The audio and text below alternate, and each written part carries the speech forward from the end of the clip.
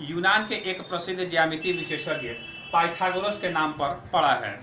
उन्होंने समकोण त्रिभुज यानी राइट एंगल ट्रायंगल में प्रयोग होने वाले एक बहुत ही प्रसिद्ध प्रमेय को उन्होंने दिया था, और ये प्रमेय वास्तव में बहुत ज़्यादा गणित में इस्तेमाल होता है, खासतौर से त्रिकोणमिति में। लेकिन पाइथागोरस के पूर्व अपने भारत देश के एक बौधायन हुए थे, बौधायन गणितज्ञ थे, ऋषि थे, जिन्होंने पाइथागोरस से भी 300 साल पहले इस प्रमेय को आयत के लिए परिभाषित किया, आयत के लिए दिया था। उन्होंने ये कहा था कि आयत में, किसी आयत में विकर्ण पर बना वर्ग शेष दो भुजाओं पर बने वर्गों के योग के बराबर होता है। और यही चीज जो है पाइथागोरस ने समकोण त्रिभुज के रूप के लिए कहा था। वर्तमान में जो पाइथागोरस का प्रमेय है हम सब इसके लिए ही पढ़ते हैं, लेकिन अगर यहाँ भी देखा जाए तो ये समकोण त्रिभुज बनता है। आइए देखते हैं कि पाइथागोरस का प्रमेय क्या कहता है। पाइथागोरस का प्रमेय जानने के लिए सबसे पहले हमें समकोण त्रिभुज को जानना होगा। हम लोग जानते हैं समकोण त्रिभुज का मतलब होता है ऐसा त्रिभुज जिसका कोई एक कोण 90 अंश का हो, और ऐसा जब भी कोण बनेगा तो एक भुजा जो तिरछी वाली होती है ये सबसे लंबी होती है, जिसे कर्ण कहते हैं। देखिए ये कर्ण कहलाएगा या हाइपोटेन्यूस कहलाएगा, और बाकी जो दो भुजाएं हैं इसमें एक लंब और एक आधार कहलाता है। लंब और आधार का नामकरण जो है कोण के आधार पर होता है। यदि इस कोण के संदर्भ में बात करेंगे तो कोण के सामने वाली भुजा को लंब बोलते हैं और दूसरे वाले को आधार बोलते हैं। इस कोण की अगर हम बात करते हैं, इसके लिए, इस कोण के लिए ये भुजा लंब हो जाती और ये आधार हो जाता। इसको इस चित्र से बढ़िया से समझा जा सकता है। ये 90 डिग्री का कोण है और ये जो है लंबी वाली, सबसे लंबी वाली भुजा कर्ण कहलाएगी। अब इसमें लंब कौन होगा, कर्ण कौन होगा? तो लंब और कर्ण जैसा कि बताया गया ये कोण के ऊपर निर्भर करता है। मान लीजिए इस कोण के संदर्भ में बात करें तो ये भुजा लंब कहलाएगी और ये भुजा आधार कहलाएगी। आइए अब हम पाइथागोरस के प्रमेय को समझते हैं। कोई भी हम बड़ा छोटा कैसा भी हम समकोण त्रिभुज बना लें और तीनों भुजाओं पर वर्ग बना लें। देखिए इस भुजा पर इस लंबाई का, इस साइड का एक हम वर्ग बना लेते हैं। दूसरे वाले पे देखिए इस पर भी एक हम इसी साइड, इसकी लंबाई के बराबर एक स्क्वायर बना लें, और तीसरे वाले पे, कर्ण वाले पे जो लंबा वाला है उसी नाप का एक हम वर्ग बना लें। मान लेते हैं कि इसकी लंबाई a है, इसकी साइड जो है b है और इसकी साइड जो कर्ण है वो c है। तो ये देखिए इस वर्ग का क्षेत्रफल होगा c स्क्वायर, इस वर्ग का क्षेत्रफल होगा b स्क्वायर और इस वर्ग का क्षेत्रफल होगा a स्क्वायर। तो ये देखा जाता है कि समकोण त्रिभुज में यदि हम ये काम कर दें तो कर्ण पर बने वर्ग का क्षेत्रफल यानी कि c स्क्वायर ये अकेले जो है शेष दो भुजाओं पर बने वर्गों के क्षेत्रफलों के योग के बराबर होता है। और यही पाइथागोरस का प्रमेय है। पाइथागोरस चाहे आप कैसा भी त्रिभुज क्यों न बना लें, छोटा बना लें या कितना भी बड़ा क्यों न बना लें, ये नियम फॉलो हो जाता है। तो पाइथागोरस का प्रमेय क्या कहता है? ये कहता है कि किसी भी समकोण त्रिभुज में कर्ण पर बने वर्ग का क्षेत्रफल शेष दो भुजाओं पर बने वर्गों के क्षेत्रफलों के योग के बराबर होता है। यही पाइथागोरस का प्रमेय है। जैसे उदाहरण के तौर पे यदि हम एक त्रिभुज बनाएं जिसकी भुजाएं 3, 4 और 5 सेंटीमीटर की हो, तो ये हम देख रहे हैं कि 5 का वर्ग 25 होगा, 3 का वर्ग 9 होगा और 4 का वर्ग 16 होगा। ये समकोण त्रिभुज है। तो 3, 4 और 5 सेंटीमीटर भुजाओं का जो त्रिभुज बनेगा, समकोण त्रिभुज अगर बन रहा है, निश्चित रूप से आगे हम देखेंगे समकोण त्रिभुज ही बनेगा इनसे, तो इसका वर्ग 25 अकेले इन दोनों वर्गों के योग के बराबर है। ऐसे नंबर जो पाइथागोरस के प्रमेय के नियम का पालन करते हैं, इन्हें हम पाइथागोरियन ट्रिपलेट बोलते हैं, जिसे हम वीडियो के अंत में अच्छे से विधिवत पढ़ेंगे। अब हम देखते हैं पाइथागोरस के प्रमेय के विलोम के बारे में। विलोम यह कहता है कि यदि कोई भी हम त्रिभुज बना लें और उनकी भुजाएं इस तरह से हैं, x, y, z, उनकी भुजाएं इस तरह से हैं कि बड़ी वाली भुजा का वर्ग छोटे वाले दो भुजाओं के वर्गों के योग के बराबर यदि हो, ऐसा यदि सेटिंग बैठ जाए तो यह त्रिभुज समकोण त्रिभुज होता है। अर्थात अभी जो हम लोग एग्जाम्पल लिए थे, यदि हम कोई त्रिभुज बनाएं जिसकी भुजाएं 3, 4, 5 सेंटीमीटर की हो, तो हमने देखा है कि ये इस नियम का पालन करता है। तो इससे बने वाला त्रिभुज कैसा होगा? हमेशा जो है समकोण ही होगा। तो इस तरह से हम लोग पाइथागोरस का प्रमेय और उसका विलोम भी पढ़ लिए। अब हम लोग पाइथागोरस के प्रमेय को वेरीफाई करेंगे, सत्यापित करेंगे। इसके लिए हम क्या करेंगे, अपने मन से किसी भी लंबाई का एक रेखाखंड लाइन सेगमेंट खींच लेंगे।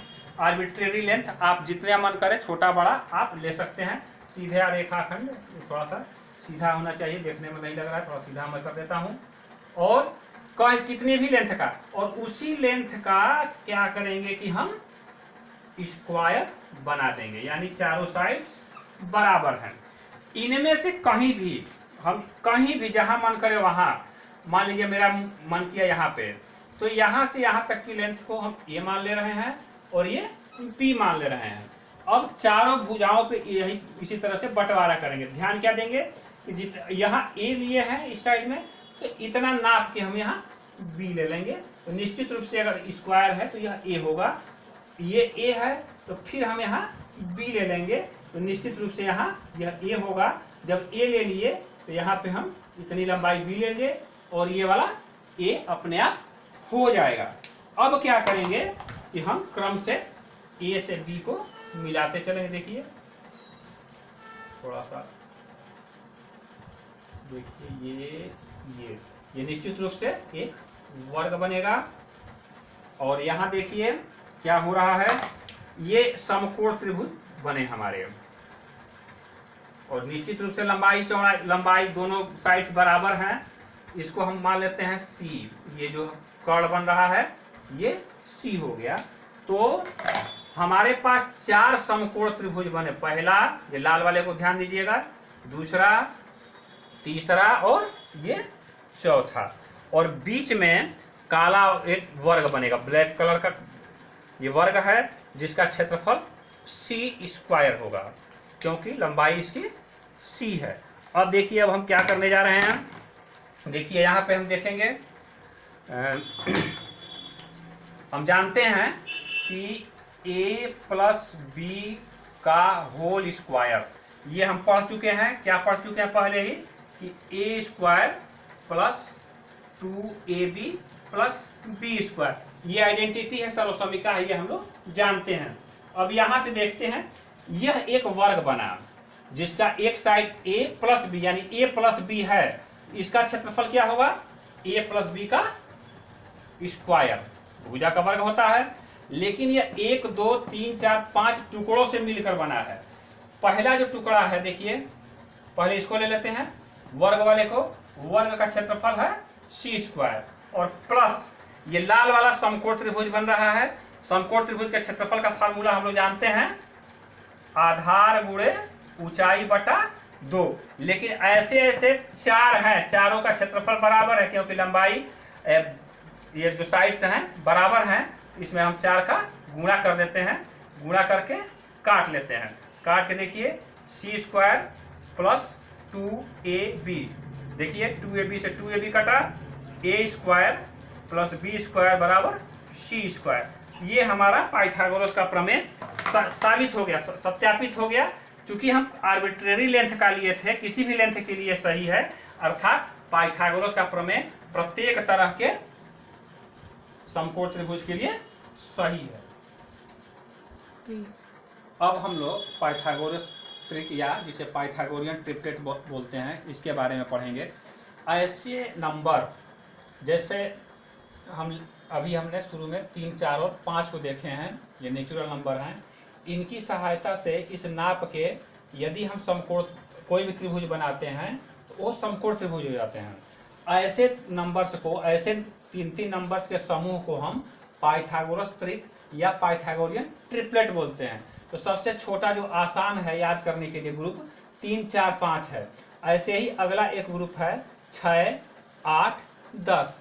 एक ऐसे हमको याद है 12, 5, 12 और 13। आप देखेंगे कि जो छोटे 2 नंबर हैं उनके वर्गों का योग तीसरे वाले के वर्ग के बराबर होगा। इसको हम देख चुके हैं। इसको देखिए, 6 का वर्ग 36, 8, 28, 64, दोनों को जोड़ेंगे तो 100, जो 10 का वर्ग है। 5, 5, 25, 12 का वर्ग 144, दोनों मिलके 169, जो 13 का।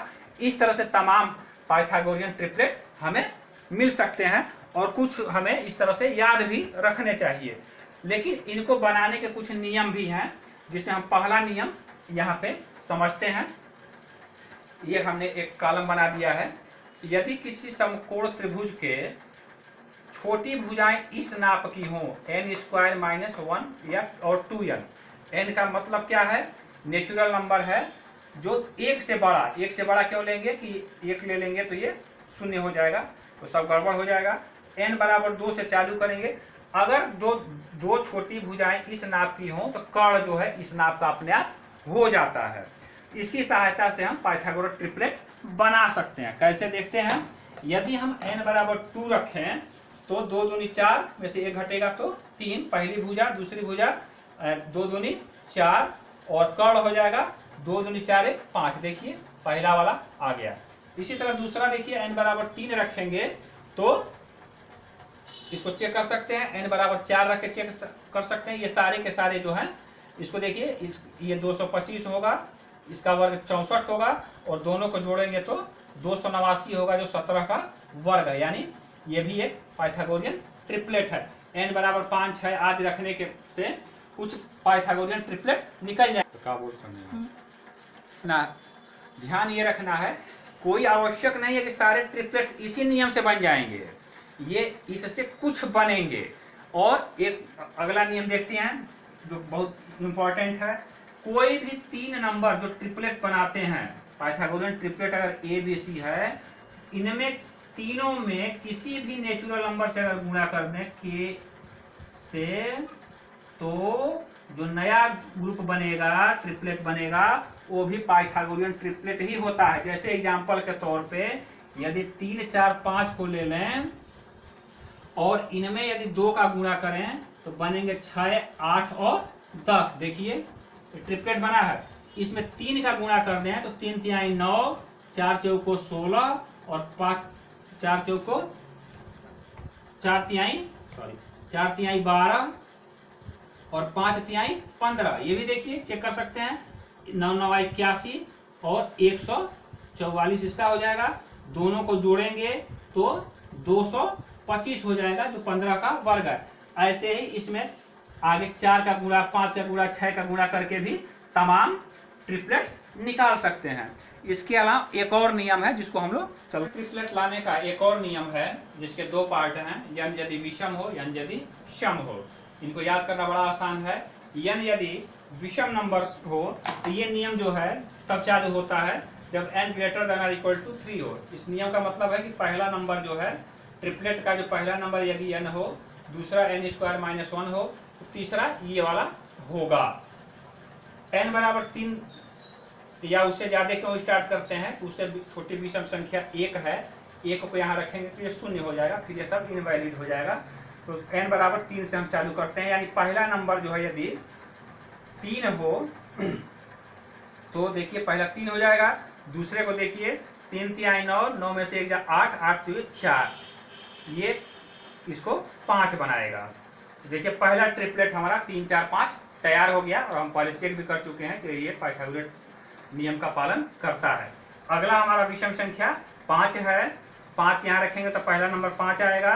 5, 5, 25 में से 1, 24 भाग देंगे 12 आएगा। इसको करेंगे 5, 5, 25 करते हुए लाएंगे 13 आएगा। ये भी एक ट्रिपलेट है, इनको चेक किया सकता है। इसी तरह n बराबर 7 रख के देख सकते हैं। 7 रखेंगे तो पहला वाला 7 आएगा, 7 7 49 48 ये 24 हो जाएगा, लास्ट वाला करेंगे तो 25 हो जाएगा। देखिए इस तरह से नंबर रख के तमाम पाइथागोरियन ट्रिपलेट बना सकते हैं। लेकिन फिर एक बार ये कोई जरूरी नहीं कि सारे ट्रिपलेट इसी नियम से आ ही जाएंगे। और एक बात और ध्यान रखना है कि इस नियम से जो भी ट्रिपलेट्स बनेंगे उनके दूसरे और तीसरे नंबर के बीच में एक का अंतर है, हमेशा एक का ही अंतर रहेगा। ऐसा इसलिए ये इन दोनों को अगर घटाएं आपस में तो उत्तर 1 आएगा। इसका उपयोग बहुविकल्पी परीक्षाओं में अगर प्रश्न आते हैं कि निम्नलिखित में से कौन ट्रिपलेट है, वहां इस्तेमाल किया सकता है। यदि पहला और दूसरा नंबर इस नियम से आ रहा है तो तीसरा नंबर ज्ञात करने के लिए केवल दूसरे में 1 जोड़ देंगे, पूरा हल करने की जरूरत नहीं है। इसी तरह देखिए यदि n सम हो, यानी नंबर यदि सबसे छोटा वाला नंबर विषम हो, सम हो, तो ये नियम n बराबर 6 से चालू होता है, क्योंकि सम नंबर इससे छोटे सम नंबर 2 और 4 हैं। यदि 2 रखेंगे तो ये 0 हो जाएगा और 4 रखेंगे तो रिजल्ट पहला वाला ही आ जाता है। इसीलिए हम 6 से स्टार्ट करेंगे। n बराबर 6 रखेंगे तो पहला नंबर होगा 6, 6 36, 32 होगा, 32 में ये 8 हो जाएगा। इसको हल करेंगे, फाइनली ये तीसरा वाला 10 हो जाएगा, जिसको हम पहले ही चेक कर चुके हैं। और नियम नंबर जो ये था कि किसी ट्रिपलेट में किस पूर्णांक से, धनात्मक पूर्णांक या प्राकृतिक संख्या से गुणा करने पे ये नया ट्रिपलेट तैयार हो जाता है। तो इसमें 2 का गुणा करने पे ये तैयार होता है, ये हम देख चुके हैं। n बराबर अगर 8 रख दें तो 8, दूसरा वाला क्या हो जाएगा, 8 28 64 60, ये 15 और ये 68, 8 28 64 64 4 68 और 4 भाग देंगे तो 17। इस तरह से तमाम नंबर्स, तमाम ट्रिपलेट्स निकाले जा सकते हैं। इस नियम से जो भी ट्रिपलेट्स आते हैं दूसरे और तीसरे के बीच में हमेशा 2 की गैपिंग रहेगी। ऐसा इसलिए कि ये फार्मूले में तीसरे और दूसरे के बीच का गैपिंग जो है हमेशा, इसको घटाएंगे तो 2 का रिजल्ट आएगा। तो देखिए ये नियम क्या कहता है कि पहला और दूसरा जो नंबर है समकोण भुजाएं बनाने वाली भुजाएं हों तो कर्ण की नाप ये होंगे।